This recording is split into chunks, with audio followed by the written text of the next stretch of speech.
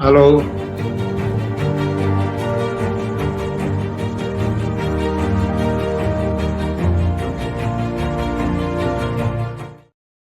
નમસ્કાર દર્શક મિત્રો, આજે આપણા મહેમાન એક એવું વિશિષ્ટ વ્યક્તિત્વ છે કે જે ઉદ્યોગપતિ તો છે જ. હું જ્યારથી હીરા ઉદ્યોગ અંગેની સમજ ધરાવતો થયો ને નાનુભાઈ, કદાચ આપને ખ્યાલ નહીં, મને કોઈકે ટોણો માર્યો હતો કે એન્જિનિયરિંગમાં ભણી બેકાર ફરશો એના કરતા સુરત જઈને હીરા ઘસો. તો 1964માં હું 4 મહિના થોભા શેરીમાં રહ્યો હતો. અરે વાહ, તો સાહેબ તમે અમારા હીરાવાળા જ કહેવાઓ. અમે 12 જણા એક જ રૂમમાં રહેતા હતા. રાતે માકડોની હાર ફરવા નીકળે, નાની બેગ હોય એનું ઓશીકું ને એકલિયું પથારી અને વિશી ખાવાની. મેં 4 મહિના સુરતમાં તળિયું મારવું, પહેલ પાડવી, આ બધી ઘંટી પર એ વખતે તો મશીનો આવા અદ્યતન નહોતા, શીખ્યા અને 850 રૂપિયા બચાવ્યા. એમાંથી ફિલિપ્સનો 4 બેન્ડનો ફિલિપ્સ હોલેન્ડનો રેડિયો લીધો, કારણ કોમેન્ટ્રી સાંભળવાનો શોખ ક્રિકેટનો. એટલે મારો હીરા ઉદ્યોગ સાથેનો પરિચય ત્યારનો. ત્યાર પછી આપની સાથે પરિચય થયો. આપ એના અગ્રણી તરીકે સેમિનારમાં પણ આપણે મળવાનું થયું. સુરતમાં સેમિનાર રાખ્યો હતો. જી જી. એમાં આપનું વક્તવ્ય એકદમ બહુ પરફેક્ટ હતું. આજે લોકો યાદ કરે છે. જી સર. તો એટલે એ આપણો પરિચય આ હીરા ઉદ્યોગના કારણે થયો. એને નિમિત્તે પછી આપ વિધાનસભામાં આવ્યા ત્યારે પણ હું પણ વિધાનસભામાં હતો. આ સાથી ધારાસભ્ય હતા આપણે. એટલે આપના માટે એક આદરની લાગણી ધરાવું છું, કારણ કે આપ માત્ર ઉદ્યોગપતિ જ નથી, આપ જાતે લખો છો, વાંચો છો ને વિચારો છો. અને આ સૌને પ્રાપ્ત નથી. લક્ષ્મીથી સરસ્વતી ખરીદી શકાય, એ શક્ય છે, પણ લક્ષ્મી ને સરસ્વતી બેનો સંગમ જવલ્લે જ જોવા મળે છે. અને આપનામાં હું એ જોઉં છું. એટલે મેં આજે આપને વિશિષ્ટ પસંદ કરી અને અમારા યુટ્યુબ ચેનલના અમારા દર્શક મિત્રો માટે આપને નિમંત્રણ આપ્યું છે. ગુજરાતની એક ખૂબ જ મોટી ઔદ્યોગિક પ્રવૃત્તિ, જેને આપણે હીરા ઉદ્યોગ કહીએ છીએ, જેને સુરતને એક ઓળખ બક્ષી છે. અને વિશ્વમાં વેચાતા 12 હીરામાંથી એવું કહેવાય છે કે 11 એક યા બીજી રીતે સુરત સાથે જોડાયેલા હોય છે. એવા હીરા ઉદ્યોગમાં અત્યારે થોડુંક અસુખ છે. તો શરૂઆત આપણે કરીએ કે અત્યારે સુરત અને ગુજરાત અને વૈશ્વિક સંદર્ભમાં હીરા ઉદ્યોગ આપના મતે કઈ સ્થિતિમાંથી પસાર થઈ રહ્યો છે? નમસ્કાર દર્શક મિત્રો. સાહેબે જે પ્રશ્ન કર્યો કે હીરા ઉદ્યોગ અત્યારે કઈ પરિસ્થિતિમાંથી પસાર થઈ રહ્યો છે, તો હીરા ઉદ્યોગ અત્યારે એક જ વાક્યમાં જો મારે કહેવું હોય તો પરિવર્તનના દોરમાંથી પસાર થઈ રહ્યો છે. જી. અને એ પરિવર્તન ક્રાંતિકારી પરિવર્તન છે સાહેબ. જી. કોઈએ કલ્પના ન કરી હોય ને એવી મોટી તક આવતા દિવસોમાં હીરા ઉદ્યોગમાં ઉભી થવાની છે. કોઈએ કલ્પના ન કરી હોય એવી. ક્યા બાત હૈ, ક્યા બાત હૈ. અને એવા વિસ્તારમાં સાહેબ કે જ્યાં કોઈ જતું ન હોય એવા ઇન્ટિરિયર વિસ્તારમાં, એ પછી ટ્રાઇબલ વિસ્તાર હોય, સૌરાષ્ટ્રના ગામડામાં હોય, ઉત્તર ગુજરાતના ગામડામાં હોય, આવતા દિવસોમાં આ ઉદ્યોગ અત્ર તત્ર અને સર્વત્ર જી જબરદસ્ત રોજગારી લઈ અને જવાનો છે. જી. એટલે અત્યારે એનો સંક્રાંત કાળ ચાલી રહ્યો છે, એટલે થોડીક પીડાઓ છે. જી. પણ એ પીડા લાંબો સમય ચાલશે એવું મને લાગતું નથી. એટલે હીરા ઉદ્યોગનું ભવિષ્ય મને ખૂબ ઉજળું લાગે છે. હું જયારે હીરા ઉદ્યોગની વાત કરું છું ત્યારે એ હીરો પછી રિયલ હોય કે લેબગ્રોન હોય, એમાં જ્યાં સુધી રોજગારને સંદર્ભ છે ત્યાં સુધી કોઈ ફરક પડતો નથી. રોજગાર કોઈ પણ આપે એ અમારી માટે હીરા જ છે. બરાબર, સાચી વાત છે. પહેરવા વાળા માટે હીરા જ છે, જી પણ અમારો સંબંધ પહેરવા વાળા કરતા પેટ ભરવા વાળાનો વધારે છે. તો આવતા દિવસોમાં સાહેબ બહુ ઉજળું ભવિષ્ય હીરા ઉદ્યોગનું છે. ખૂબ સારા સમાચાર ચર્ચાની શરૂઆતમાં અને 2082 વિક્રમ સંવતની શરૂઆતમાં આપ અમને સૌ ગુજરાતીઓને આપી રહ્યા છો. કારણ કે સુરત એ આર્થિક પાટનગર છે ગુજરાતનું, અને સુરતનું ઝળહળાટ એ હીરા વગર કલ્પી ના શકાય. જી એટલે જે સ્થિતિમાં થોડાક સમય માટે હીરા ઉદ્યોગ મુકાયો એનાથી સૌ ચિંતિત છે.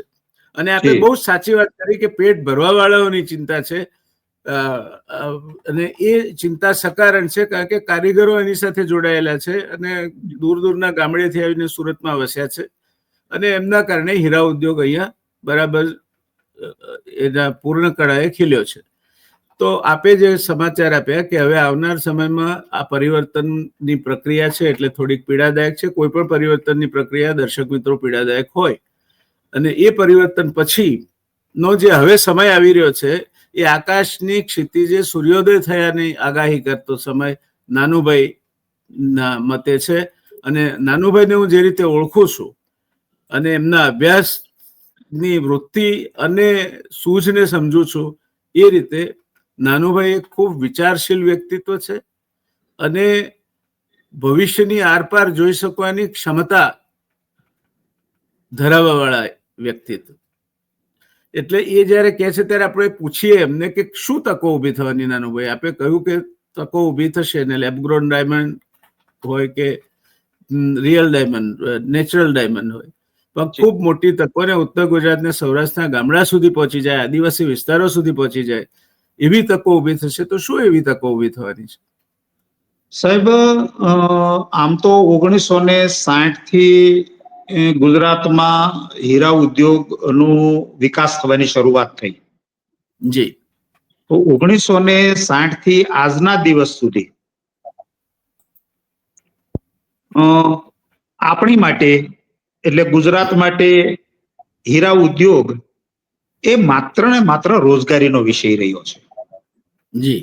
કારણ કે જે હીરા નું પ્રોડક્શન ગુજરાતમાં થઈ રહ્યું છે દુનિયાનું 90% કરતા વધારે, એમાં આપણા દેશમાં તો એ કદાચ 5-10% વપરાતા હશે, બાકી તો બધી એક્સપોર્ટ જ થાય છે. જી. એટલે એવું જયારે હું એમ કહું કે આપણી માટે તો રોજગારીનો જ આ પ્રશ્ન છે, તો એમાં બિલકુલ ખોટું નથી કે અતિશયોક્તિ પણ નથી.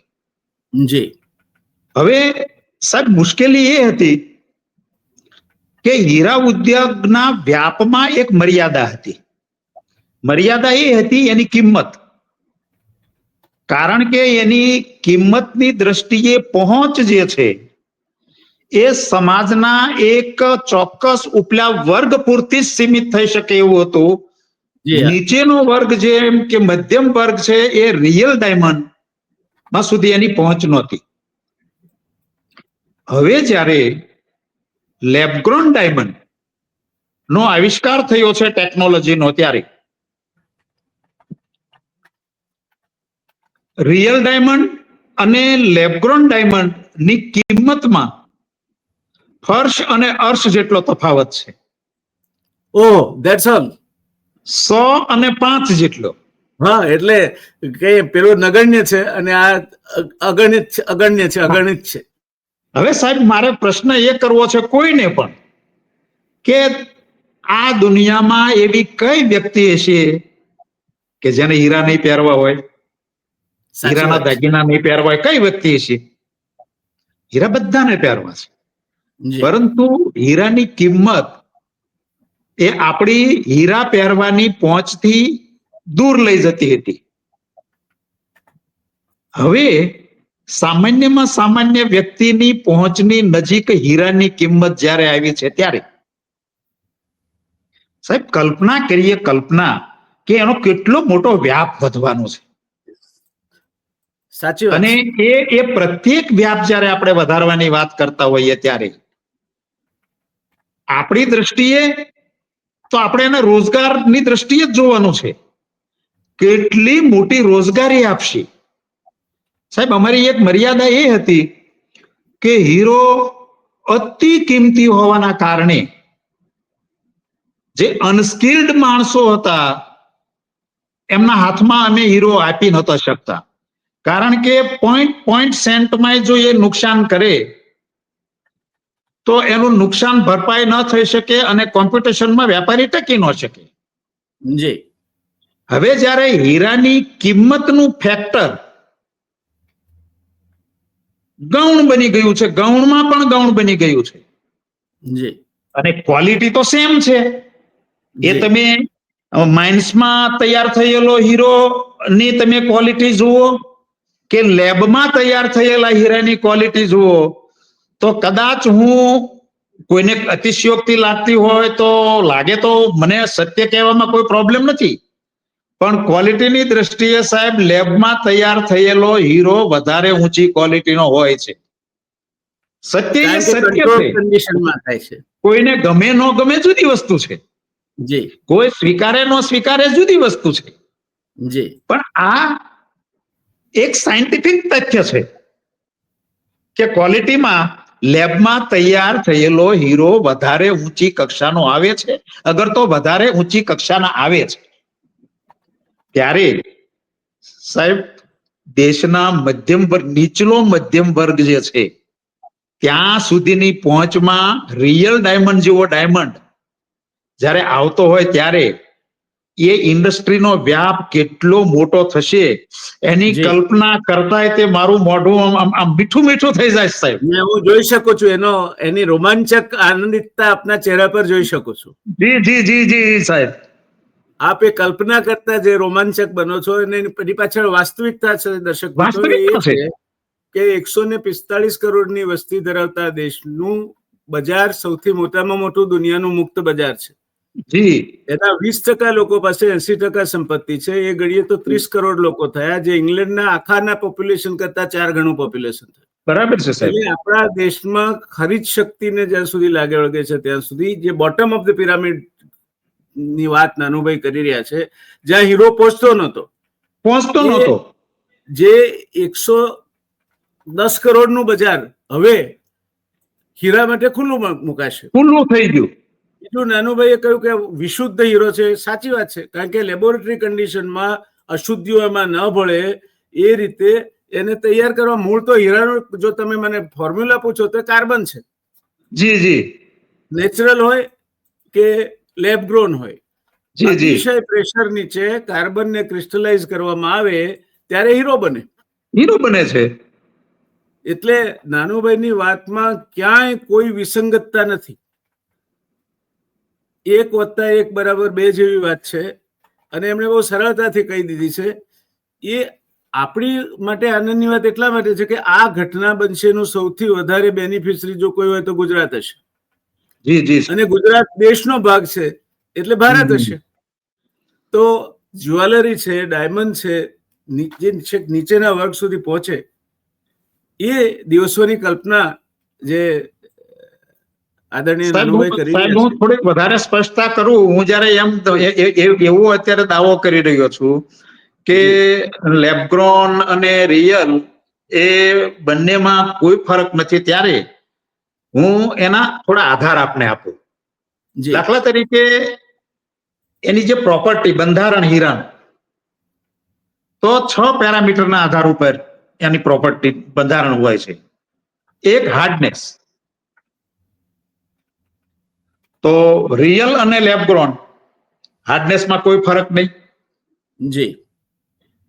એની મજબૂતાઈ ટફનેસ, જી, કોઈ ફરક નહીં. ટ્રાન્સપરન્સી, ઓપ્ટિકલ, જી, કોઈ ફરક નહીં. પછી એનું થર્મલ એક્સપાન્શન, કે ભાઈ ગરમીના કારણે ઠંડુ થવું, એનું વિસ્તરણ થવું અને સંકોચાવું, એ બંનેનું એક સરખું. પછી કરંટ પાસ થવાની ક્ષમતા, જેને ઇલેક્ટ્રિકલ કન્ડક્ટિવિટી કહેવામાં આવે, એ તો આપ સાહેબ ખૂબ સારી રીતે સમજો છો. બંનેમાં સેમ. મેં આપનું પુસ્તક વાંચ્યું છે અને આપે ખૂબ જ વિદ્વતાપૂર્વક આ બધા પાસાઓ રજૂ કર્યા છે. I must compliment you. જી જી જી, થેન્ક યુ સર. તો હવે જ્યારે બે ઠીક છે, આપણે એને સેમ આમ ન કહી શકીએ, કારણ કે એક લેબમાં તૈયાર થયો છે અને એક કુદરતની લેબમાં તૈયાર થયો છે, એક માણસની લેબમાં તૈયાર થયો છે. પણ જ્યારે હું બંધારણની વાત કરું ત્યારે સાહેબ રોટલી મશીનમાં બની હોય, એક જ લોટમાંથી રોટલી મશીનમાં બની હોય કે કોઈ મારી બેને હાથથી વણેલી હોય, શું ફરક પડે? શું ફરક પડે? કોઈ ફરક ન પડે. પોતાનું એની ગુણવત્તા, કદ, સાઈઝ, વજન બધું એક સરખું નીકળે, એક સરખું રે મશીનમાં. જી. અને એવું જ ત્યાં આમાં છે. ત્યારે એક હીરા ઉદ્યોગના પ્રતિનિધિ તરીકે કે હીરા ઉદ્યોગ સાથે સંકળાયેલ વ્યક્તિ તરીકે મને તો બહુ ઉજળું ભવિષ્ય લાગે છે, ખૂબ ઉજળું ભવિષ્ય લાગે છે. અને આજ સાહેબ ગામડાની અંદર એ ભવિષ્યના આમ કિરણો છે ને, હવે બહાર નીકળવાની શરૂઆત થઈ ગઈ છે. સૂર્યોદય થઈ રહ્યો છે. જી જી જી સર. જી. તો જે આ પરિસ્થિતિની આપ વાત કરો છો, એ પરિસ્થિતિ તો અત્યંત આનંદદાયક છે, કારણ કે આવનાર સમયમાં હીરા ઉદ્યોગ માત્ર બેઠો થશે એટલું નહીં, પણ દોડતો થશે અને ખૂણા ખૂણા સુધી પહોંચશે. ભારતમાં એનું બજાર વિસ્તૃત બનશે. અત્યારે મધ્યમ વર્ગ અને નિમ્ન મધ્યમ વર્ગ એને પણ ગણીએ તો એ હીરો લઈ શકતો નથી, એ હીરાની જ્વેલરી પહેરતો થશે. અને એટલે જ કદાચ તનિષ્કથી માંડીને બિરલા સુધીના મોટા ગ્રુપો જ્વેલરીમાં હવે મોટા પાયે પ્રવેશ્યા છે.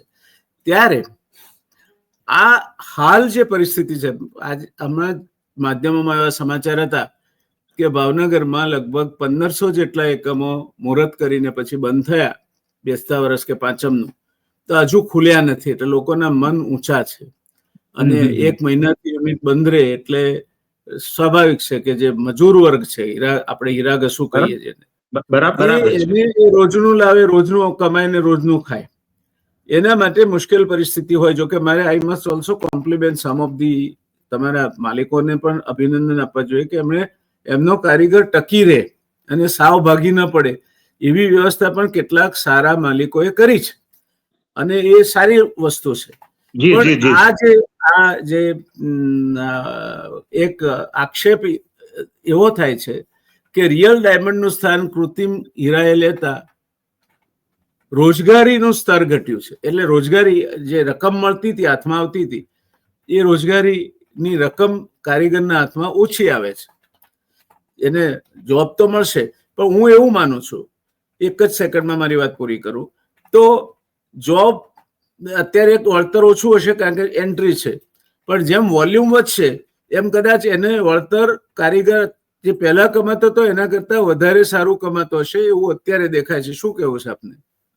સાહેબ, એમાં તો કોઈ ઇનકાર કરી શકે એમ નથી કે કારીગરોને રિયલ ડાયમંડ ની જે એ ઘસાઈ કરતા એમાં જે વળતર મળતું એના પ્રમાણમાં આ જે લેબગ્રોન ડાયમંડ છે એમાં વળતર ઓછું છે ને છે જ. એ તો એક સામે સૂર્યને જેવી આપણે સૂર્ય સામે દેખાતો હોય અને આપણને તાપ લાગતો હોય, હું એમ કહું કે ભાઈ સૂર્યનું કોઈ અસ્તિત્વ નથી, તો હું ખોટો છું, હું સાચો નથી. તો રોજગારીની જે શહેરી વિસ્તારની અંદર તક હતી, જે આવક હતી, એ તો 100% ઓછી થઈ છે ને થઈ છે, એમાં કોઈ બેમત નથી. પરંતુ હું જે કહી રહ્યો છું એ એનો વ્યાપ વધવાનો. દાખલા તરીકે શહેરની બહાર ઇન્ટિરિયર ગ્રામીણ વિસ્તારની અંદર રિયલ ડાયમંડનું કામ અત્યારે અમે કરી શકતા ન હતા, કારણ કે એની જે કિંમત છે એ કિંમતને ધ્યાને રાખી અને ગ્રામીણ વિસ્તારમાં કદાચ કિંમતી ડાયમંડમાં થોડીક જ ચૂક થાય તો એની વાયબિલિટી તૂટી જતી હતી. એટલે મને પોસાતું નહોતું કે હું મારી નજરની બહાર જો હીરો બનાવરાવું તો નાની એવી કોઈ ભૂલ થઈ હોય તો હું માર્કેટમાંથી ફેંકાઈ જતો હતો.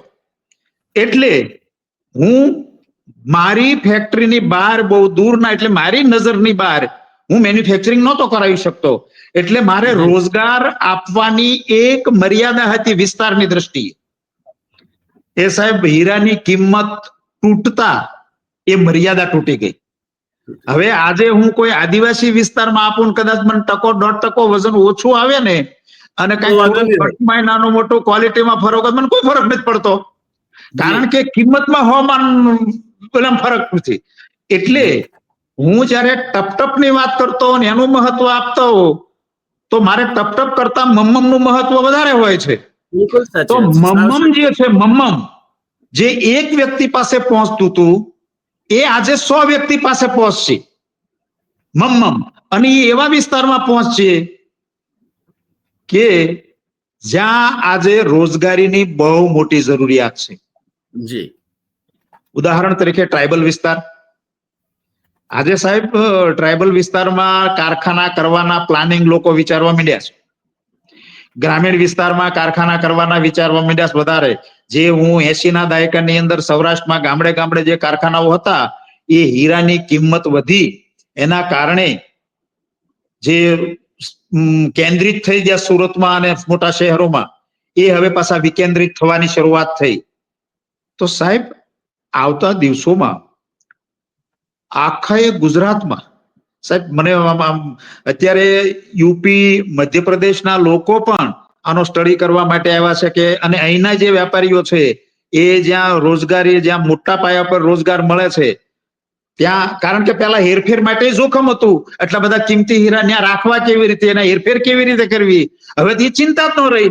એટલે આજે હું યુપીમાં કારખાનું કરું, મધ્યપ્રદેશમાં કારખાનું કરું, કે જ્યાં વ્યાપક રોજગાર છે, મને કોઈ ચિંતા નથી. સૌરાષ્ટ્રના ઇન્ટિરિયર ગામોમાં હું કારખાનું કરું, મને કોઈ ચિંતા નથી સલામતીની. હું ટ્રાઇબલ વિસ્તારમાં કારખાનું કરું, મને કોઈ ચિંતા નથી એ હીરાની સલામતીની કે ક્વોલિટીની. ઓલો બદલો થવાની મને ચિંતા લાગતી, ચોરી થવાની ચિંતા લાગતી. તો સાહેબ જ્યાં રોજગારી નથી ને, ત્યાં બહુ મોટા પાયા ઉપર આ લેબગ્રોન ડાયમંડના કારણે રોજગારી પહોંચવાની છે. તો આ કઈ નાની તક નથી, પણ એ વાત સાચી છે કે વર્તમાનમાં જે રિયલમાં 60 ના દાયકામાં જે થયું, એ 60 ના દાયકામાં જે એક આપે બહુ સાચો શબ્દ વાપર્યો શરૂઆતમાં, કે પરિવર્તન છે. અને 60 ના દાયકામાં જે હતી એ પદ્ધતિ બદલાય તો એ પરિવર્તનની અમુક પીડાઓ તો થવાની, એને રોકી શકાય નહીં. જે અત્યારે એક્ઝિસ્ટિંગ હીરા ઉદ્યોગ સાથે કારીગરો સંકળાયેલા છે, રિયલમાં કામ કરે છે, એને જે કામ થાય છે, એને જે વળતર મળે છે, સાહેબ એ તો દીવા જેવી વસ્તુ છે. જયારે વ્યાપ વધે ને ત્યારે એની અસર વળતર ઉપર પડે. જયારે ક્વોલિટી ડાઉન થાય ત્યારે સ્વાભાવિક વાત છે કે માથેથી આપણને જે એની હાચવણીની જે ટેન્શન હોય એ ઓછું થાય. એટલે તમે કોઈની પણ નજર આગળ તમે રોજગારી મોકલી શકો. અને ઓલું તો દીકરા કરતા તે વધારે નજર આગળ સાહેબ રાખતા. માં છે ને એના દીકરાને નજરની દૂર નો રાખ કરે ને, એમ સાહેબ અમે હીરાની અમે નજરમાંથી દૂર નહોતા કરતા. એ હવે અમે એને ફિલ્ડમાં છૂટો મૂકી દેવાના છીએ. બરાબર. એ તારે રમવું હોય ને રમ. એક મિનિટ લઉં આપની. જી. દર્શક મિત્રો, એક બીજી અગત્યની વાત મારે કહેવી છે આપને. આ દેશ જો આજે પણ તરતો રહ્યો હોય તો જેમ સૈનિક સીમા ઉપર આપણું રક્ષણ કરે છે, એ ગોળી ખાય છે તે પગાર ખાતર નથી ખાતો, દેશભક્તિ ખાતર ખાય છે. અરે આપણે નિરાતે વેપાર ધંધા કરી શકીએ છીએ, ઊંઘી શકીએ છીએ. એમ આ દેશનો ખેડૂત એ દેશને 3 રીતે બેઠો રાખે છે. એક તો આપણે 5 કરોડ ટન અનાજ પેદા કરતા હતા 1951માં, આજે 45 કરોડ ટન અનાજ પેદા કરીએ છીએ. આટલી વસ્તી વધી છે છતાં આપણે થોડું અનાજ વધારે પેદા કરીએ છીએ. PL 480 ના ઘઉં કે ઓસ્ટ્રેલિયાની માઇલો જુવાર આજે ભીખ માંગીને આપણે લાવવી પડતી નથી. ફળ અને શાકભાજીના ઉત્પાદનમાં આપણે વિશ્વમાં બીજા નંબરે છીએ અને દૂધના ઉત્પાદનમાં વિશ્વમાં પહેલા નંબરે છે. હવે જે વાત મારે કરવી છે એ છે કે આ ખેડૂતને અત્યારે ખેતીથી દૂર જવાની પરિસ્થિતિ ઊભી થઈ છે. કારણ કે ખેતરની જે ક્ષેત્રફળ છે, સરેરાશ ક્ષેત્રફળ, એ 1951માં 27,000 ચોરસ મીટર હતું, એ ઘટીને 7,000 ચોરસ મીટર થઈ ગયું છે. એટલે એની ઉપજને ગમે તેટલી તમે MSP આપશો તો વ્યાજબી નહીં ઠરાવી શકો જ્યાં સુધી એ ખેતી એનો સેકન્ડરી વ્યવસાય નથી બનતો. જી જી અથવા એની પાસે દૂધ જેવો સેકન્ડરી વ્યવસાય હીરા જેવો નથી જતો. અને ત્રીજું અગત્યની બાબત એ છે, ભારત દુનિયાનું સૌથી મોટામાં મોટું મુક્ત બજાર છે. એનું 50% બજાર ને 50% સીધી કે આડકતરી રોજગારી ગ્રામ્ય અર્થવ્યવસ્થા કે ખેતી આપે છે. એટલે ખેડૂત તમને અનાજ આપે છે, ખેડૂત તમને રોજગારી આપે છે. દેશમાં પેદા થતી મોટરસાયકલની 55% ગામડામાં વેચાય છે, 52% કપડું ગામડામાં વેચાય છે. જી જી કેરાલામાં મોસમ સારી હોય, ખેતી સારી હોય ત્યારે ઓનમની ગરાગી સુરતમાં સારી નીકળે છે. બંગાળમાં ખેતી સારી હોય ત્યારે પૂજાની ગરાગી સુરતમાં સારી નીકળે છે. બિહારમાં જયારે મોસમ સારી હોય ત્યારે છઠની ગરાગી સુરતમાં સારી નીકળે છે. આવી તો અનેક ચીજ વસ્તુઓ છે. આજે ગમે તે ગામડે જાઓ તો બિસ્લેરીની પાણીની બોટલ તમને મળે, પાર્લેના પેકેટ મળે, વેફર મળે, ચવાણું મળે. એ આ ખાય છે કોણ? જો ખેડૂત ના હોય આ દેશની અર્થવ્યવસ્થામાં તો આમાંનું કશું જ તમારા માટે શક્ય નથી. અને એટલા માટે મને જો કોઈ પૂછે કે આ દેશની માટે 2 અગત્યના માણસો કયા, તો પહેલો જવાન, કારણ કે સુરક્ષિત રાખે છે, અને એટલો જ અગત્યનો, બલકે એથી જરાય ઓછી અગત્યનો નહીં, એ કિસાન છે. ત્યાર પછી ટેકનોલોજી આવે. બરાબર છે. આ 3 ભેગા થાય, જય જવાન, જય કિસાન અને જય વિજ્ઞાન, ત્યારે આપણે વિકસતા વિશ્વની સાથે ઉભા રહી શકીશું. અને આ જે નાનુભાઈએ વાત કરી એમાં મને પોરસ એટલા માટે ચડે છે કે એક અર્થશાસ્ત્રી તરીકે મને હંમેશા એ ચિંતા સતાવે છે. આજે ઘરે નાનુભાઈ, અમારી બાજુ ઉત્તર ગુજરાતમાં સૌરાષ્ટ્રના જેટલી મોટી જમીનો નથી, પણ ઘરે 20 વીઘા જમીન સારી જમીન કહેવાય, અને 4-5 ઢોર નપતા હોય, સુખી હોય, પણ એને કોઈ છોકરી નથી આપતો. સુરતમાં હાચા ચલાવતો હોય લૂમના કે હીરાઘસ તો એને આપે છે. જી જી જી આ સામાજિક સમસ્યા, આ સામાજિક સમસ્યા છે. અને એ ખેડૂતને ખેતીથી દૂર લઈ જઈ રહ્યો છે, ગામડાથી દૂર લઈ જઈ રહ્યો છે.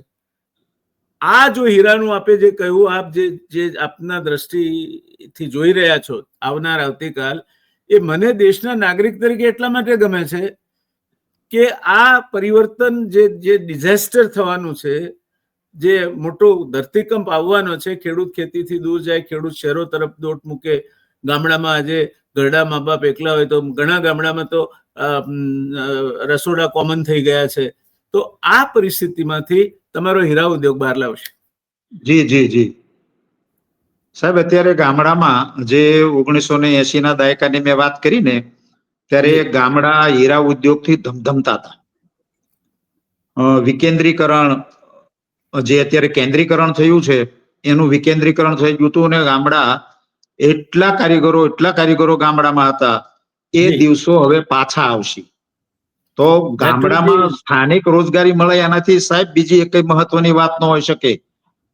અને આજે જે કદાચ થોડી ઓછી મળતી હોય, પણ હજી એનો માર્કેટમાં વ્યાપ વધશે અને લોકોમાં આ જે ગેરસમજો જે હોય એ દૂર થશે, એટલે ખૂબ મોટી રોજગારી પણ વધશે. અત્યારે આ સંક્રાંત કાળ છે, એટલે સ્વાભાવિક વાત છે, સંક્રાંત કાળમાં થોડુંક સહન તો કરવું જ પડે, પણ આવતા દિવસો ખૂબ સારા છે. જી, એટલે મારે ભાવનગરના મિત્રોને કહેવું છે કે તમારા ત્યાં લગભગ 2500 એકમો છે, એમાંથી અમુક એકમો તો ચાલુ થઈ ગયા છે, પરંતુ દેવ દિવાળી ગઈ અને હજુ 1500 યુનિટ બંધ છે. હિંમત ના હારશો, તમારા માટે ઉજળી આવતીકાલ રાહ જોઈ રહી છે. હા, આ વર્ષ એકાદું વર્ષ તમારે કસ્ટીનું આવશે, પણ એ તો ક્યાં નથી આવતું. અમેરિકામાં પણ અત્યારે મંદી છે. કસ્ટીના વર્ષો આપણે તો જોયા છે, આપણે તો કઈ અમેરિકા સાથે સરખામણી કરવાની જરૂર નથી. આ દેશ જીવતો જો રહ્યો હોય, આ દેશ જો દુનિયા સામે ભીખનું ચલાણું લઈને ના ફરતો હોય, તો એ દેશને ગામડાએ અને કિસાને જીવતો રાખ્યો છે. એટલે આપણે કસ્ટીના દિવસો જોયા છે, નથી જોયા એવું નથી. તો એકાદ વર્ષ જો ધીરજ રાખો તો મને લાગે છે કે નાનુભાઈ મારી સાથે સંમત થશે કે આવનાર આવતીકાલ ઉજળી છે. સાહેબ, એક ઉદાહરણ આપું. જી, હું મારું મૂળ વતન બોટાદ તાલુકાનું એક ગામ છે પાટી. જી, બોટાદ તાલુકાનું ગઢડિયા ગામ, ત્યાં મારા મોટા ભાઈની મોટી ખેતી છે. જી, એ મારા મોટા ભાઈની ખેતી જે છે, એની વાડીએ પેલા હીરાનું કારખાનું ચાલતું હતું, પરંતુ આ જે મેં આગળ વાત કરી એના કારણે ત્યાં હીરાનું કારખાનું ચાલી શક્યું નહીં, કારણ કે ક્વોલિટી જળવાતી નહોતી. જી હવે એ મારા મોટા ભાઈની વાડીએ હીરાનું અત્યારે બધું ઇન્ફ્રાસ્ટ્રક્ચર તૈયાર છે. આવતા દિવસોમાં ત્યાં હીરાનું કારખાનું શરૂ થશે વાડીએ, અને વાડીએ લોકો રોજગારી મેળવતા થશે. જે સમય હતો એ સમય પાછો આવશે, અને એવું ખેડૂત સૌરાષ્ટ્રના બધા જ ગામડામાં થશે. જી ખેતી કરતો હશે. બહુ સાચી છે. હું ઉત્તર ગુજરાતમાં પહેલી ચૂંટણી જયારે લડ્યો 1990માં, ત્યારે બહુ મોટા પાયે હીરાના કારીગરો એ મતદાનને આમથી તેમ લઈ જવા માટે જરૂરી હતા. આપને કદાચ એક નામ કહું, મારી સાથે પહેલી વિધાનસભા એટલે 8મી વિધાનસભામાં સભ્ય હતા નવસારીના, એ ભાઈને મેં પૂછ્યું કે આ તમે આ બધું એક્સપોર્ટ બેક્સપોર્ટ કરો છો, મગનભાઈ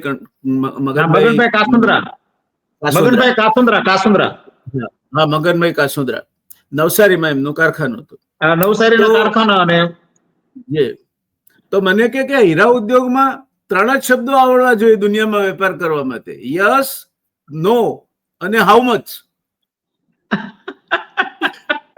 હવે આ ખુમારી, આ હિંમત ને આવડત એ આપણા વેપારીમાં છે. અને એટલું જ કલા કૌશલ્ય આપણા રત્ન કારીગરોમાં છે. આ બે ભેગા થાય તો કેવું સરસ થાય.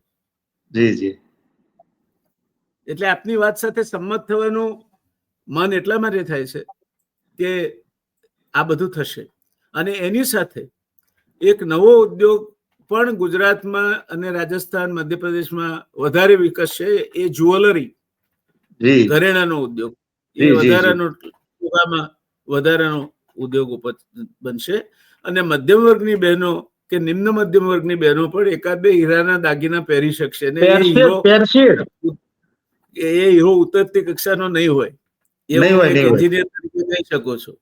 અને હું તમને દર્શક મિત્રો એ પણ કહી શકું કે મને કોઈકે કહ્યું હતું કે આ એન્જિનિયરિંગ કોલેજમાં ભણીને પછી નોકરી હાટું રખડવા કરવા કરતા હીરા ઘસવા જાવ. એટલે મેં સુરતમાં 1964માં રહી અને 4 મહિના અમારા વિસ્તારના કેટલાક મિત્રો સાથે હીરા ઘસવાનું કામ કર્યું હતું. ત્યાં શીખ્યો હતો. તો સાહેબ તમે અમારી જેમ હીરાવાળા તો ખરા જ અમારી નાઈટમાં. આ મજૂર ટેક્યો નહીં ત્યાં. અરે ભાઈ સાહેબ, જો હીરાવાળામાં તો વેપારી હોય, કારખાના વાળા હોય, એક્સપોર્ટર હોય, ઇમ્પોર્ટ હોય, કારીગર હોય, મૂળ તો બધા હીરાવાળા ને. હા, બધા હીરાવાળા. હા, એમ હીરાવાળા. પણ મને એનો આનંદ છે. એટલે હીરા ઉદ્યોગ સાથે મને એક આત્મીય જોડાણ છે. કોઈ હીરાનો કારીગર મળે, અથવા તો હીરાના ઉદ્યોગપતિ મળે, અથવા તો આપના જેવા વિશિષ્ટ જ્ઞાન ધરાવતી વ્યક્તિ મળે, તો મને આનંદ થાય કે ચાલો, કે ડાયા લોકો જે લોકો રહ્યા આમાં, એ તો એમને ગજુ કાઢ્યું છે. જયનારાયણ વ્યાસે ભલે 4 મહિના મજૂરી કરીને છોડી દીધી, ને પછી એન્જિનિયર થાય, શું નહીં કઈ ખબર નથી. પણ આજે કાળજે ટાઢક થાય છે તમને સાંભળીએ ત્યારે, કે હીરા માટેની આવી જે આવતીકાલ આવી રહી છે, ઉજળી છે. તો આ બધું આટલું બધું છે નાનુભાઈ. તો આ ડાયમંડ બોર્સ, જેને આપણે દુનિયાનું મોટામાં મોટું શોપિંગ મોલ કહી શકાય, દુનિયાનો મોટામાં મોટો ઓફિસ એરિયા કહી શકાય, અત્યંત મહત્વાકાંક્ષી પ્રોજેક્ટ કહી શકાય, એ પ્રોજેક્ટ આપણે સુરતમાં કર્યો. અને સુરતનું એ ખમીર અને જમીર છે કે ત્યાં તમે કચરો ફેંદો તો પણ તમને હીરો મળે. ઉત્તમ માણસો એનું સંચાલન કરી રહ્યા છે, અને છતાંય શું નડે છે, કેમ એ ઉચકાતું કેમ નથી? જો સાહેબ, સુરતમાં હીરા ઉદ્યોગને ટર્નિંગ પોઈન્ટ આપે ને એવા 2 પ્રોજેક્ટ થયા મોટા. એક અત્યારે આપણે જે રેકોર્ડિંગ કરી રહ્યા છીએ અને હું બેઠો છું અત્યારે, એ જેમેન જ્વેલરી પાર્ક, જે સુરતના ઈચ્છાપોર સ્થિત છે. સાહેબ, દુનિયાનો સૌથી મોટો જ્વેલરી પાર્ક આપણો છે. સૌથી. અને એની શરૂઆત અમે 2004 થી કરી હતી. તો 10-12 વર્ષ સુધી અમે સાહેબ સંઘર્ષ કર્યો. હું સાક્ષી છું એનો. હું બહુ મોટો સંઘર્ષ કર્યો. ઇન્ડિયા ડાયમંડ ઇન્સ્ટિટ્યૂટમાં SD શર્મા હતા અને હા. આ જે ડાયમંડ પાર્ક જ્વેલરી પાર્કનું આયોજન થયું ત્યારે હું ઇન્ડસ્ટ્રીયલ એક્સટેન્શન બ્યુરોમાં હતો ને આયોજન સાથે હું સંકળાયેલો હતો. હા, એટલે અમે એ અમે જે સંદર્ભમાં જ આપની સાથે મળવાનું પહેલી વખત જે થયું એ સેમિનાર જી, જી. નિમિત્તે થયું. હા, એ મને હા. યાદ છે.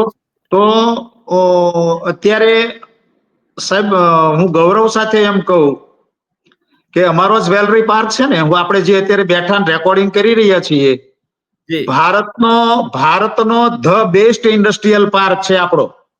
વાહ ભારતનો વાહ ધ બેસ્ટ ઇન્ડસ્ટ્રીયલ પાર્ક. જી ધન્યવાદ ધન્યવાદ. તો ખૂબ સરસ. સ્વાભાવિક વાત છે કે જ્યારે પરિવર્તન સાહેબ થતું હોય ને ત્યારે એની થોડીક તો પીડા હોય. હા હોય ચોક્કસ તો હોય. જેવી રીતે ઇન્ડસ્ટ્રીમાં અમારા જ્વેલરી પાર્કમાં અમે પરિવર્તનની પીડા સહન કરી, એવી જ રીતે અમારું જે માર્કેટ સેક્ટર છે એ અત્યારે પરિવર્તનની પીડા સહન કરી રહ્યું છે. પણ સાહેબ હું દાવા સાથે કહું છું અને હીરા ઉદ્યોગના એક અનુભવી તરીકે કહું છું, એક અભ્યાસુ તરીકે કહું છું કે આવતા દિવસોમાં નવી માર્કેટ જે બની છે એનું ભવિષ્ય ખૂબ ઉજળું હશે. અને એના મારી પાસે એક કરતા વધારે કારણો પણ છે. હું કોઈ હવામાં વાત નથી કરતો કે જી કોઈને ઉપસાવવા માટે પણ વાત નથી કરતો. જી એના એક કરતા ઘણા વધારે કારણો છે.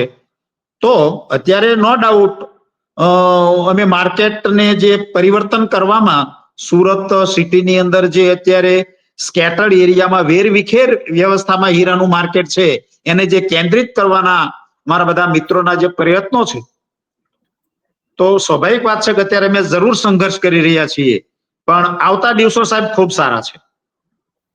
હું સમજ છું આપની સાથે, કારણ કે કોઈ પણ પરિવર્તનની પ્રક્રિયાને પહેલા રેઝિસ્ટન્સ નડે.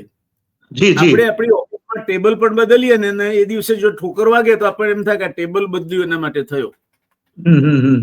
આ કુદરતનો નિયમ છે. જી, એની જી, ચેન્જ જી. ઇઝ રેઝિસ્ટેડ. જી એટલે ડાયમંડ બોર્સ એકદમ ચાલુ નથી થતા, હજુ એને પ્રસૂતિની પીડામાંથી બહાર નથી નીકળ્યા. મને આશ્ચર્ય નથી લાગતું. એ જમીન પર અસ્તિત્વમાં આવ્યું છે.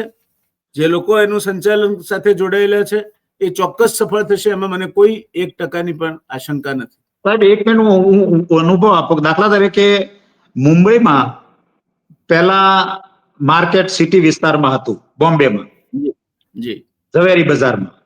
ત્યાંથી શિફ્ટ થઈ અને ઓપેરા હાઉસ ગયું તો કઈ રાતોરાત નહોતું ગયું. કેટલાય વર્ષોના તપ પછી જે શરૂઆતમાં ગયા ને ત્યાં ઓપેરા હાઉસ, એને લોકો ગાંડા ગણતા. ક્યાંય ઝવેરી બજાર જેવો સલામત વિસ્તાર છોડી, આવો સારો વિસ્તાર છોડી અને ત્યાં થોડુંક જવાય.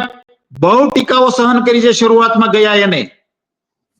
વર્ષો પછી ત્યાં માર્કેટ શિફ્ટ થઈ ગયું. ઓપેરા હાઉસ પરથી અત્યારે જે બાંદ્રામાં માર્કેટ છે, ન્યાય જ્યારે કર્યું ને સાહેબ, ત્યારે 10 વર્ષ સુધી સંઘર્ષ કર્યો હતો ત્યાં. કોઈ જવા બધા એમ વાત કરતા કે અહીંયા થોડુંક માર્કેટ લઈ જવાય, અહીંયા થોડુંક લૂંટી જશે, કામ થશે, આમ થશે. સાહેબ એ સંઘર્ષ કર્યું પછી આજે ત્યાં માર્કેટ શિફ્ટ થઈ ગયું. અને આ સેમ સ્થિતિ સુરતમાં થવાની. સુરતમાં એટલા માટે થવાની છે સાહેબ કે જ્યાં સાહેબ જે તલમાં તેલ હોય ને એ તલમાંથી જ તે તમારા તેલ નીકળે. સાચું. અમે મોરામાંથી ન નીકળે. ભાષામાં કહીએ છીએ કે ડુંડામાંથી તેલ ના નીકળે. હા, તો સુરતમાં હીરાનું તેલ છે અને સુરતમાં અનિવાર્યપણે ડાયમંડનું આખી વેલ્યુ ચેન એ હવે તો માનો કે એક સમય એવો હતો કે અમે એવું નહોતા કહી શકતા કે અમે હીરાનું પ્રોડક્શન કરશું, કારણ કે એ નેચરલી રહેતા હતા. પણ આજે તો અમે દાવા સાથે કહી દઈએ કે માઇન્સ થી માર્કેટ સુધીની વેલ્યુ ચેન અમારા સુરતમાં ઊભી થવાની છે અને એ દિવસો હવે દૂર નથી. We all will be proud of you. કારણ કે માર્કેટ હવે માઇન્સ તો અમારા હાથમાં આવી ગઈ. પેલા માઇન્સ નેચરલી હતી. એના ઉપર કોઈ હવે પ્રતિબંધ પણ નહીં આવે. જે પેલા G7 વાળા પ્રતિબંધ મૂકીને બેઠા છે કે રશિયન અફોના ડાયમંડ હશે તો નહીં ચાલે, કોઈ નહીં. કિમ્બરલી ના તે બધું જ જે હતું સાહેબ એ બધામાંથી બહાર નીકળી અને હવે સોનાનો સૂરજ ઉગે છે ડાયમંડ ઇન્ડસ્ટ્રી માટે. તો માઇન્સ ટુ માર્કેટ સુધીનું એ સુરતમાં એટલે ગુજરાતમાં હવે એને કોઈ રોકી શકવાની તાકાત નથી સાહેબ. વન્ડરફુલ. ખૂબ સારા સમાચાર નવા વર્ષમાં આપ આપી રહ્યા છો અમારા દર્શક મિત્રોને અને હીરા ઉદ્યોગ સાથે સંકળાયેલા જે કોઈ આ જોતા હોય તેમને, કે સોનાનો સૂરજ ઉગવાનો છે, માત્ર વર્ષ 2 વર્ષ તમારે કષ્ટી કરવાની છે, પછી બધા હારાવાના છે. તો નાનુભાઈ, આપ તો બહુ ફર્યા છો અને વિશાળ દ્રષ્ટિ ધરાવો છો, અભ્યાસુ વ્યક્તિત્વ છો. આપે આપના ગામ પર પણ પુસ્તક લખ્યું છે, પતિ પર પણ, હા, અને લેબગ્રોન ડાયમંડ પર પણ પુસ્તક લખ્યું છે. એટલે આપ લખો છો પણ સારું એમ કહી શકાય. આપની સુરતમાં આવીને જે કઈ અનુભવો થયા એના ઉપરનું પણ આપનું પુસ્તક વખાણવા યોગ્ય છે. અને આપે બહુ જ ઉદારતાપૂર્વક મને બધા પુસ્તકો, મેં એક વખતે આપને વિનંતી કરીને આપે તરત 3જા દિવસે તમારી પાસે આવી ગયા હતા. તો હવે પછીનું સુરત કેવું હશે એના ઉપર કઈ લખવાનું વિચારો છો? સાહેબ, અત્યારે હું એક છેલ્લા 3 વર્ષથી નવું એક પુસ્તક લખી રહ્યો છું. હવે આમ એન્ડ ઉપર છે. અને એવું નહીં, હું માનવા તૈયાર નથી. એમ નહીં, હું એ પુસ્તક એન્ડ ઉપર છે એમ. હા, એ પુસ્તક પણ એન્ડ પર નથી. તમારું થિંકિંગ છે ને એ એન્ડ પર લાવશે નહીં. Thinking is a continuous process. એટલે આ તમે લખ્યા પછી પાછું બીજું કંઈક નવું હોતશો. નહીં, બીજું પુસ્તક હું એમ નથી કહેતો.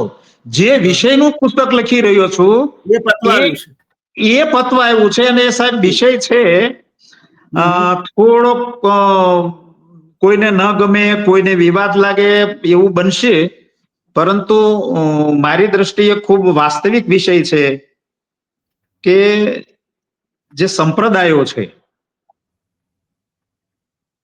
એ સંપ્રદાયો ઉપર સાહેબ હું પુસ્તક લખું છું. વાહ, ઇટ વિલ બી અને ઇન્ટરેસ્ટિંગ ટુ રીડ.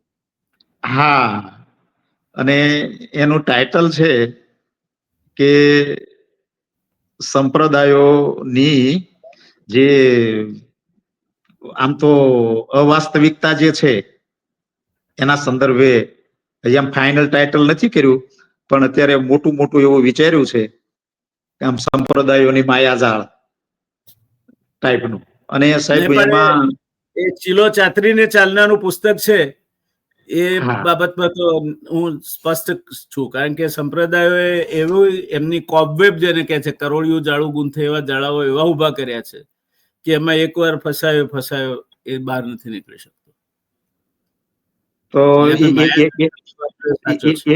એ વિષય ઉપર હવે આમ એન્ડમાં છે અને ખૂબ ગહન. સાહેબ, હું તમને એની ક્યારેક હું આવીશ ને તો તમને રફ કોપી આપીશ, પણ ખૂબ ગહન વિષયના. આ વખતે આવવાના હો તો મારે આપના માટે મેં 2 પુસ્તકો રાખી મૂક્યા છે. હમણાં સરદાર સ્મારક ભવનમાં દિનશા પટેલ સાહેબના માર્ગદર્શન નીચે ચાલે છે બધું. 2 પુસ્તકો બહાર આવ્યા. એક છે સરદાર સાહેબની ફોટોગ્રાફી સાથેની બાયોગ્રાફી, એટલે કોફી ટેબલ બુક છે. અને બીજી છે મણિબેન, સરદાર સાહેબના સેક્રેટરી તરીકે પડછાયાની માફક સાથે રહેતા હતા. તો મણિબેનની ડાયરી એનું પુસ્તક રૂપે કન્વર્ઝન કરી, અને એટલે સરદાર સાહેબને જોડીને જે કોઈ વિવાદો થાય છે કે જે કંઈ થાય છે એની સાચી હકીકતો આ બંને પુસ્તકોમાં બહાર આવી છે. અત્યારે મેં મોટું વિચાર્યું તો સંપ્રદાયનું જે ટાઇટલ કર્યું છે ને એ સંપ્રદાયોની માયાજાળ. સાચું ટાઇટલ છે, સંપ્રદાયોની માયાજાળ, એવું ટાઇટલ વિચાર્યું છે. ખૂબ જ સાચું ટાઇટલ છે, કારણ કે આ પેલો કરોળિયાના જાળાની માફક ફસાવે છે લોકોને. એ હું તો જાહેર જીવનમાં પડ્યાને મને 30 વર્ષ થયા, તો ઘણી જગ્યાએ આવવા જવાનું થાય તો આપણે જોઈએ છે કે they are making most of them. કેટલાક સંપ્રદાયો ખૂબ સારું કામ પણ કર્યું છે, પ્રગતિશીલ પણ છે, પણ મોટા ભાગના they are surviving on emotional blackmail of their followers.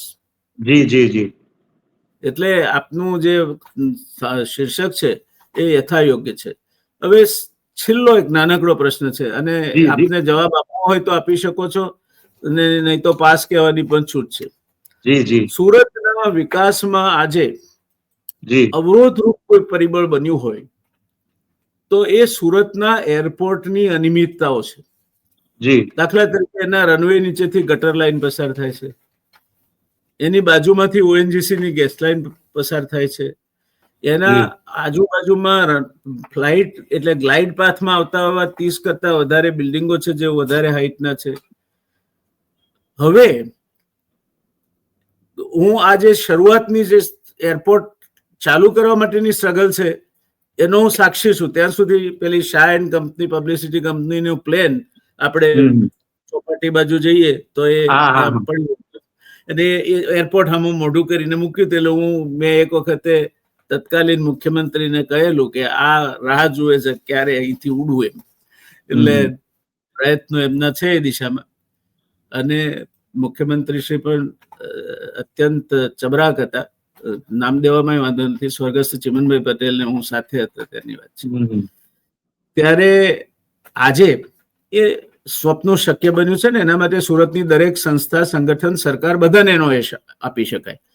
પણ હવેના જે પ્રશ્નો છે એ પ્રશ્નો માત્ર southern Gujarat chamber of commerce and ઇન્ડસ્ટ્રીના હવાલે છોડી દેવામાં આવે તો દિવસે દિવસે દરેક જગ્યાએ સંસ્થાઓનું ડિજનરેશન થયું છે. મને ફેબ્રુઆરી 1948 કસ્તુરભાઈએ સિદ્ધાર્થભાઈને કાગળ લખેલો એમના પુસ્તક છે tribute to ethics remembering Kasturbhai Lalbhai. એમાં 17/2/1948 કાગળ છે. એમાં એમણે બે વસ્તુ લખી છે. એક તો એમ કે ભારત આઝાદ થયું છે, આ આઝાદી થઈના 6 મહિનાની અંદર આ માણસ લખે છે. મોડું વહેલું ગુજરાતનું પણ અલગ રાજ્ય બનશે એને ધ્યાનમાં રાખીને અમે અટીરા, અમદાવાદ એજ્યુકેશન સોસાયટી અને બીજી કેટલીક સંસ્થાઓની રચના કરી છે. હવે એનું વિઝન જો આ એ વખતના મહાજનોનું.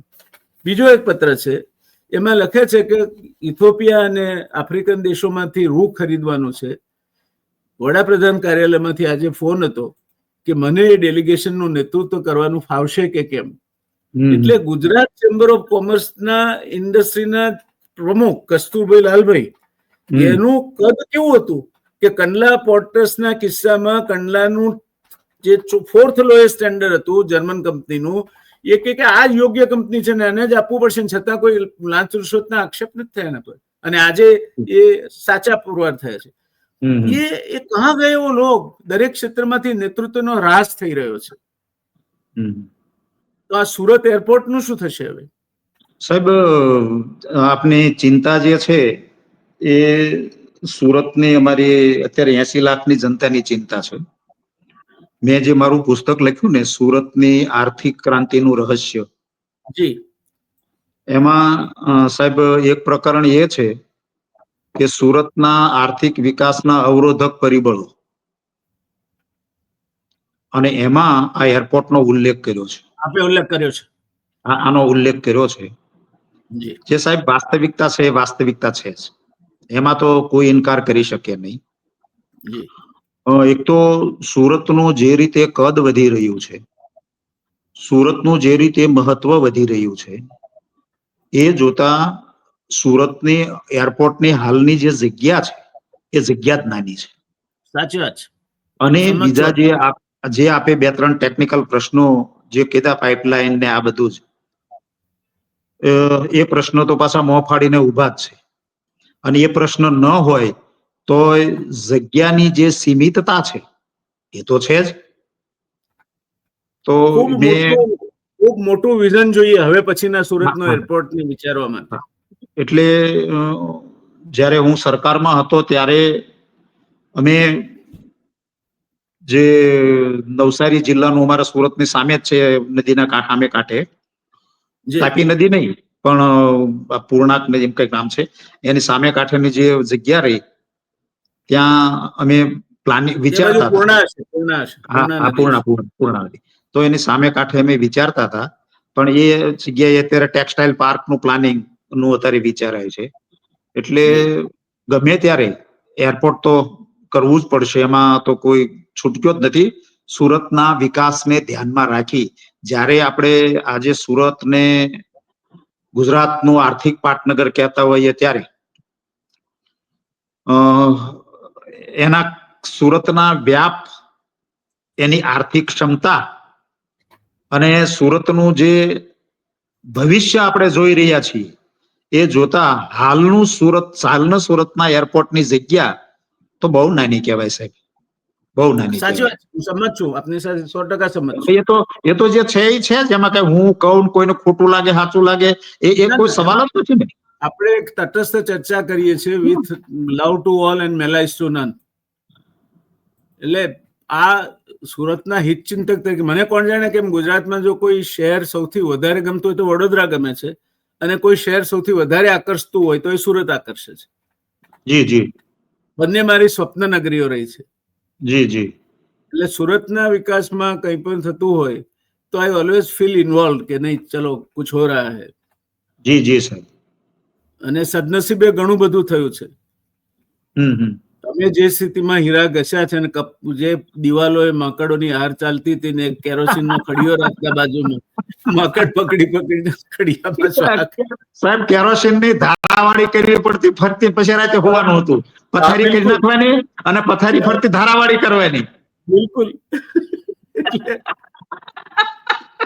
એ સુરત આજના સુરત સાથે સરખાવીએ તો કદાચ એ વખતે કોઈ આ બધી આગાહી કરી હોત તો ગાંડો માનત કોઈ. ગાંડો માને, સાચી વાત છે. આગાહી કરો છો તે આગાહી સાથે હું સંમત છું. સુરતને આ ડોમેસ્ટિક એરપોર્ટ તરીકે ચાલે, બહુ જ મોટું આવનાર 100 વર્ષને લક્ષ્યમાં રાખીને સુરતને મોટું એરપોર્ટ મળવું જ જોઈએ. એમાં ગુજરાતનું હિત છે. જી જી. અને તો ગુજરાતના નાના સેન્ટરો સાથે એને હબ તરીકે રાખીને એર ટેક્સી સર્વિસ શરૂ કરી શકાશે. જી જી.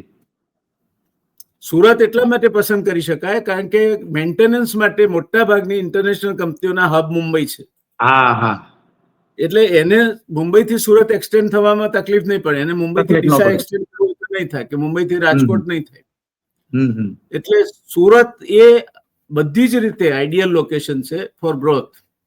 અને આશા કરીએ કે આપનું એ સ્વપ્ન સાકાર થાય અને સુરત તારી સોનાની મુહૂર્ત ચાલુ રહે. સાહેબ એ તો સુરત તો અમારું સોનાની મુહૂર્ત છે જ તે.